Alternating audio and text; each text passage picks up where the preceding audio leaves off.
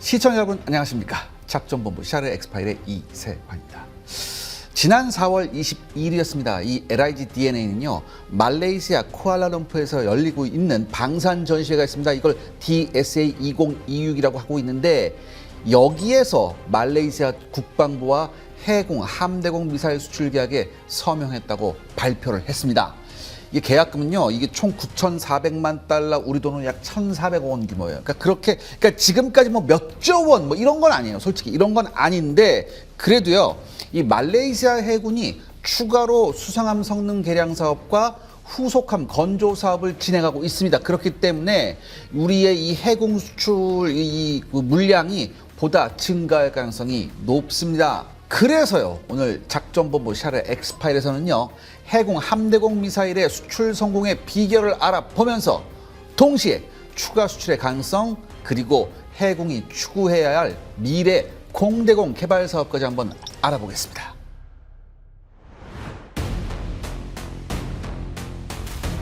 그러니까 우리 해공의 첫 수출에 영향을 미친 게 누구냐? 엉뚱하게도 중국이 우리한테 도움을 줬습니다.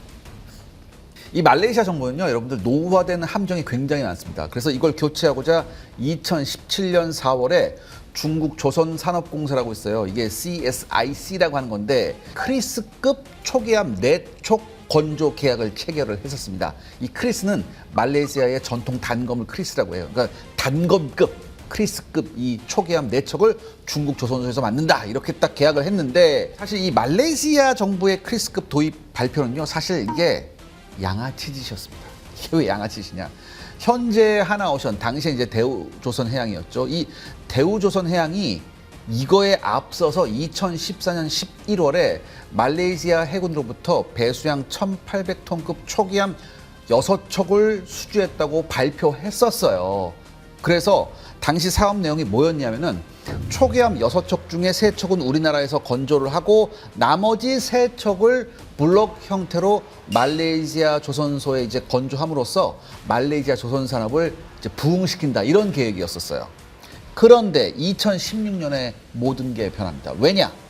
2016년에 말레이시아에서 친중국 성향의 나집 라작 총리가 탄생이 됩니다. 이 사람이 집권을 하면서 말레이시아 해군이 했던 신중한 결정을 무시하고 이른바 인도네시아 짓을 해버리죠. 아, 중국하고 친해지고 싶어. 한국 미안. 뒤집어 엎고 우리 중국하고 할 거야. 이렇게. 그러니까 여러분 생각해 보세요. 버젓이 대우조선해양과의 계약이 있는데 이걸 뒤집어버리고 갑작스럽게 2017년에 중국제 초기함 도입 사업을 발표해버린 거예요. 그러니까 이렇게 되니까 대우조선해양은 당연히 항의했죠. 이거 뭐냐? 이거 다 계약서까지 썼는데 이거 뭐 하는 짓이냐? 이게. 근데요, 여러분들, 제가 이런 말씀 드려서 죄송한데 말이 안 통하는 상태예요. 좀 말이 안 통해요. 그래서 결국에는요, 2020년 1월에 말레이시아 해군이 울며 겨자 먹기로 중국이 건조한 크리스급 초도함을 인수합니다. 그런데요, 이 크리스급에는요, 여러분들, 중국제 전투 지휘 체계 외에 중국에서 만든 그 전자광학 추적 장치 EOTS라고 하는 거 있죠. 그것도 달려 있었고, 또 하나 탐색 레이더도 중국제였어요. 그리고 전자전 시스템도 역시 중국제였어요. 그러니까 모조리 싸그리 다 모든 시스템이 중국제였습니다. 그러니까 중국은 동남아시아 시장 진출을 위해서 나름 최선을 다했다고 얘기했습니다. 그런데 여러분들, 중국의 명성이 어디 가겠습니까? 크리스급이 말레이시아 해군에 도입된 지 반년도 되기 전에 탑재된 과학 장비하고 레이더에서 수많은 고장이 발생합니다. 그리고 전투 지휘 체계는 계속해서 오작동을 일으켜서 말레이시아 해군이 완전 어떻게 돌아버렸어요. 1차로 계약된 4척 외에 나머지 18척 만들지 마라, 이렇게 얘기해요, 중국한테. 그러면서 완전히 이 크리스급 도입을 중단해버립니다. 그리고 여기서 잠시 뒷얘기를 한번 해봐야겠습니다. 이 대우조선해양과의 계약을 뒤집어 엎어버리고 양아치 짓을 했던 이 라집 라작 총리는요, 중국의 지원을 굉장히 개인적으로 많이 받았었나 봐요. 그래서 비자금을 조성하는데 얼마 있는지 아세요? 무려 6조 원 비자금을 조성했습니다. 6조 원의 비자금을 조성해서 이게 또 걸려요. 걸려가지고 말레이시아 총리 중에는 최초로 2022년에 징역 12년형을 선고받습니다. 또한 2025년에 또 다른 범죄 행위가 들통이 나가지고 15년이 추가돼요. 그러니까 이 양반은 말 그대로 노년을 감옥에서 따뜻하게 보내게 됐습니다. 그러니까 여러분들 KF-21 개발 관련해서 그렇게 우리를 애먹이고 그 다음에 하나오션과 계약한 잠수함 계약금도 안 주고 있는 모 국가의 대통령은 이거를 꼭 반면교사 삼아야 합니다. 중국이 건조한 크리스급이 망하자 말레이시아 해군은 크리스급을 대체할 신형 연안 임무함 배치2 건조 사업을 발표합니다. 이 배치2급 사업을 시작해서 1차로 3척, 궁극적으로 8척을 확보할 계획이었어요. 근데 우리 대우조선해양에 얘기를 했다고, 말레이시아가. 야, 같이 하자. 근데 여러분들의 입장 바꿔서 여러분들 대우조선해양이 뭐 어떻겠어? 하겠어요? 안 하지. 나라도 안 하지. 그래서 나 안 해. 대신 HD 현대중공업이 들어갔는데 이게 말레이시아가 또 무슬림 국가고 이 튀르키예가 무슬림 국가한테 굉장히 공을 많이 들여요. 특히 무기 파는 데 있어서. 그래서 결국 선정된 게 튀르키예가 만드는 이제 아다급 이 호위함의 변형. 쉽게 말해서 아다급이 이제 선택이 돼요. 그러면 우리 HD 현대중공업이 제시한 건 왜 채택이 안 됐을까요?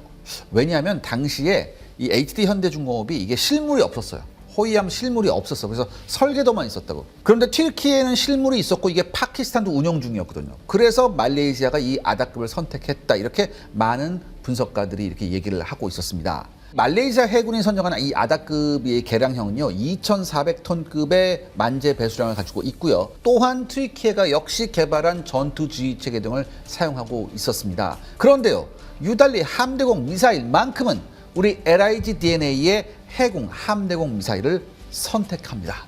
이건요 말레이시아 내부 전문가들로부터 훌륭한 선택이었다는 평가를 받고 있어요. 이 말레이시아 해군은요 이 연안 임무함 배치2 건조 사업 초창기부터 이 해군에 굉장한 관심을 표하고 있었습니다.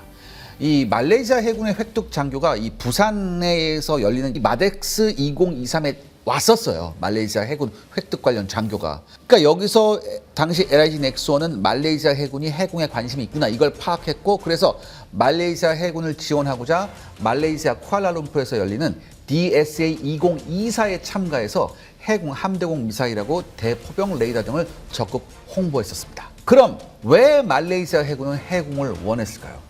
이 연안 임무함 배치2급 기반이 되는 이 튀르키예 아다급은요 우리 해군도 사용 중인 램 블록 1 21연장 회전식 미사일 발사기를 사용하고 있습니다. 그런데 이 아다급이 파키스탄도 운영하고 있었잖아요. 근데 이 파키스탄은 이 램 대신에 영국제 캠을 사용하고 있었어요.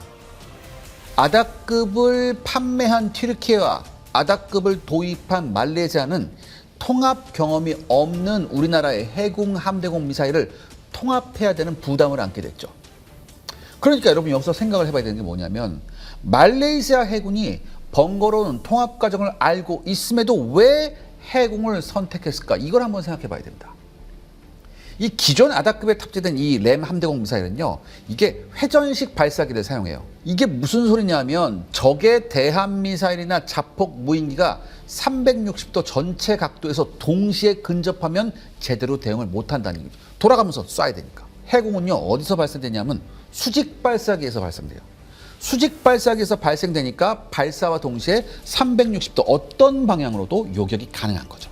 특히 우리 해군은요 이 해공 함대공 미사일을요 주력 전투함뿐만 아니라 상륙함이나 기뢰 부사람 등에도 손쉽게 설치할 수 있기를 원했었습니다.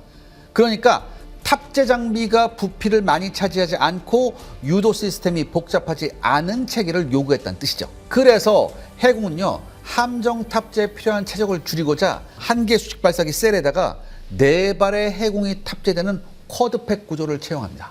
그러니까 소형 함정에 최적화된 전용 수직 발사 체계를 만들었다는 얘기죠. 새롭게 만들었다는 얘기예요. 이런 장점 덕분에 배수량이 2,400톤 정도에 불과한 말레이시아의 연안 임무함 배치2급에 기존에 막 수직 발사기 하려면 얘 선체를 연장해야 된다고. 부피를 더 크게 해야 된다고 하거든요.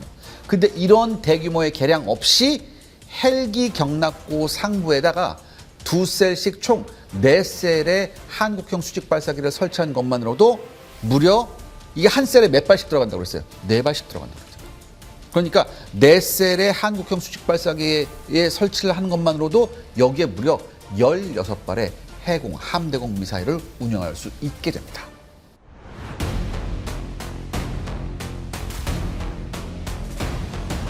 여러분, 우리 K방산의 최대 덕목이 뭡니까? 뭐니 뭐니 해도 바로 가성비입니다. 가성비예요. 이 해군 미사일의 우리 해군 납품 가격은 대략 발당 10억 원 정도입니다. 그런데 이거와 비교해서 아까 제가 말씀드렸던 그 튀르키 해군이 쓰고 있던 램, 이 램은요, 한 발에 15억입니다. 그리고 우리의 다른 경쟁자인 영국제 캠 함대공 미사일 가격도 최소 15억, 보통은 한 20억 원 한대요. 2배 비싼 거죠. 그리고 프랑스제 VL 미카 함대공 미사일도 대충 15억 원을 상회합니다. 그럼 우리 해군은 왜 이렇게 가격이 저렴할까요? 성능이 떨어졌을까요? 아닙니다. 우리 해군을 위해서 현재 대량 생산되고 있어요. 그러니까 규모의 경제가 있는 거죠. 여기에다가 우리나라의 산업 인프라가 미국이나 유럽보다 우수합니다. 여러분들, 우리나라 무시하면 안 돼요. 산업 인프라가 훨씬 내가 필리 조선소 가서 보고 왔잖아. 그리고요, 여러분들, 성능이 뒤떨어지는 게 아닌 게 오히려 성능이 나아요. 그리고 여기서 우리가 또 하나 알아봐야 될 게, 우리가 그렇다면 왜 해공을 개발했나, 이거를 알아봐야 된다. 왜냐하면 이게 바로 우리의 수출 경쟁력이거든요. 예전에 우리가 90년대부터 뭐 했어요? 우리가 아주 야심찬 프로젝트가 있었죠. KD급 구축함 보유 계획. 그래서 KD1급 광개토대함 나왔고, KD2급 이순신급 나왔고, KD3 세종대왕급으로 간 거예요. 그 다음에 이제 우리가 그 차기로 이제 정도대왕급 가고 있는데, 우리가 이 KD1급이나 KD2급, KD3급까지는 우리가 튀르키하고 똑같이 램을 썼었어요. 그리고 우리가 독도함에까지 램을 썼었다고. 그러니까 우리가 왜 램을 썼었냐. 이 당시까지만 해도 이 램이 서방 표준이었어요. 서방 표준이고, 이게 그 사격 통제 장치가 조금 복잡하지가 않습니다. 좀 단순해요. 그래서 당시에 최초로 국산화된 한국형 전투 지휘 체계에 사용할 수 있는 가장 단순한 함대공 미사일이었습니다. 그래서 우리도 램을 썼었어요. 그런데 문제는 뭐냐. 2에 딱 가서 이제 램을 발주를 했는데, 그 사이에 램 구형 버전이 단종이 됩니다. 그러고 나서 램 신형 버전이 나왔는데, 그러니까 램, 옛날 거 램 버전이 단종됐으니까 신형 어쩔 수 없이 써야겠구나 이렇게 했거든요. 그런데 문제는 뭐냐, 이 신형 램이 여기다 적외선 시커를 추가했다고. 그러면서 이제 항공기 같은 것도 좀 요격할 수 있을까, 아니면 그 항공기나 대함미사일뿐만 아니라 적 함정도 좀 한번 공격해볼까, 이렇게 뭐 여러 가지 몇 개를 추가했다고. 이러면서 가격이 기존보다 1.5배가 올라가 버려요. 당시의 문제가 뭐냐, 우리가 선택의 여지가 없었어요. 그래서 울며 겨자 먹기로 이걸 선택할 수밖에 없었다고. 도입하자. 그래서 계약서 다 쓰고 돈까지 입금했는데, 문제는 이거 만드는 회사가 어디냐면 레이시온이었어요. 현재 RTX. 이 회사가 생산 역량이 형편없었습니다. 그래서 어떻게 했냐, 조금 더 기존에 전통적으로 좀 자기네한테 많이 샀던 미국이나 독일한테 물건을 먼저 줘요. 그리고 우리한테 물건을 안 주는 거예요. 그러니까 야, 우리는 지금 이게 빨리 우리 차세대 구축함 계획하면서 빨리 이거 달아야 되는데 왜 물건 안 주냐라고 하니까, 기다려. 기다리라고. 언제 누가 안 준다, 기다리라고. 이런 식으로 나왔다. 그럼 우린 뭐야, 입장에서. 야, 돈은 돈대로 받아가고 왜 물건은 안 줘? 이거 사기잖아. 그래서 결정을 하죠. 야, 이럴 거 없이 저 정도 물건이면 우리도 만들 수 있지 않을까? 아니, 우리가 훨씬 더 잘 만들 수 있을 것 같은데 라고 해서 해궁의 개발이 시작됩니다. 그런데 여러분, 여기서 생각해 봐야 게 있습니다. 아니, 이렇게 되면은 레이시온 측이 우리한테 보상금 물어줘야 되잖아요. 그렇잖아요. 왜 돈만 받아가고 물건 못 줬잖아요. 보상금 당연히 내놔야 될 거 아니야. 근데 미국 방산업체가 왜 이렇게 깡을 버틸 수 있을까? 이것도 한번 우리가 이 기회에 생각해 봐야 됩니다. 만약에 그냥 우리가 기업 대 기업으로 만약에 계약하잖아요. 그러면 이런 경우에 막대한 지체 보상금을 지불해야 됩니다. 그렇죠? 그런데 문제는 뭐냐면, 우리나라를 비롯한 많은 나라들이 미국제 무기를 살 때 미 정부가 보증하는 FMS 프로그램이라는 것을 활용해서 무기를 사요. 이게 뭐냐면은, 여러분들, 이 FMS는요, 미 정부가 품질을 보증한 군사 장비를 외국에 수출할 때 이게 하는 제도예요. 그러니까 한마디로 미국 정부가 품질을 보증해서 우방한테 무기를 파는 그런 형태입니다. 그러니까 이게 꼭 나쁜 제도는 아니에요. 왜냐하면 우리나라가 FMS로 미국제 무기를 사잖아요. 그러면은 미국 방산업체가 일단 이 물건을 미국 정부한테 팝니다. 미국 정부한테 팔고, 미국 정부는 약간의 수수료만 추가된 형식으로 이 물건을 우리한테 다시 파는 거예요. 그러니까 이렇게 되면 수리 부품 공급이나 수명 연장을 위한 정비가 있을 때 업체가 폭리를 못 해요. 중간에 누가 껴 있으니까, 미 정부가 껴 있으니까. 근데 문제는 뭐냐? 만약에 이게 업체 사정으로 이게 납품이 늦어져도 이걸 누가 사서 주는 거야? 미 정부가 사서 주는 거잖아요. 그러니까 미 업체를 고소를 못하고 우리는 고소를 누굴 해야 되냐? 미 정부를 고소해야 돼요. 현실적으로 미 정부를 고소할 수 있어요? 에? 못한다고. 미 정부는 누가, 야, 어떤 미친놈이 미 정부를 고소를 해. 예. 그래서 미 정부나 미국의 방산업체가 이런 약점을 알고 있기 때문에 이 자신의 사정과 이익에 맞게 무기 납품 일정을 제멋대로 조정합니다. 이게 굉장히 큰 폐예요. 그래서 여기 지금 우리나라도 당하고 있는 게 있어요. 우리가 이제 미국한테 마크 54 경어뢰를 주문했거든요. 이거 아직도 우리가 못 받고 있어요. 그리고 스위스 예전에 제가 한번 얘기했죠. 패트리엇 납품 못한 거. 그 생으로 돈 뜯겼잖아요. 스위스도. 그렇잖아요. 근데 이것뿐만 아니라 유럽이나 일본, 대만 이런 국가들이 지금 미국한테 돈은 줬는데 납품 받지 못하고 있어서 골머리 앓고 있습니다. 그리고 중요한 건 우리가 이런 거 매를 먼저 맞았기 때문에 우리는 뭐예요? 납품의 끝판왕 아니야. 그래서 우리는 제때 납품하면서 미국이 이렇게 바보짓을 할 때 우리가 국제 무기 시장을 휩쓸고 있는 겁니다. 그러니까 이제 최종적으로 이제 레이시온한테 한 100만 달러 받았어요. 100만 달러. 지체 보상금은. 그러니까 100만 달러 해봐요. 램 한 발 가격이야, 이게.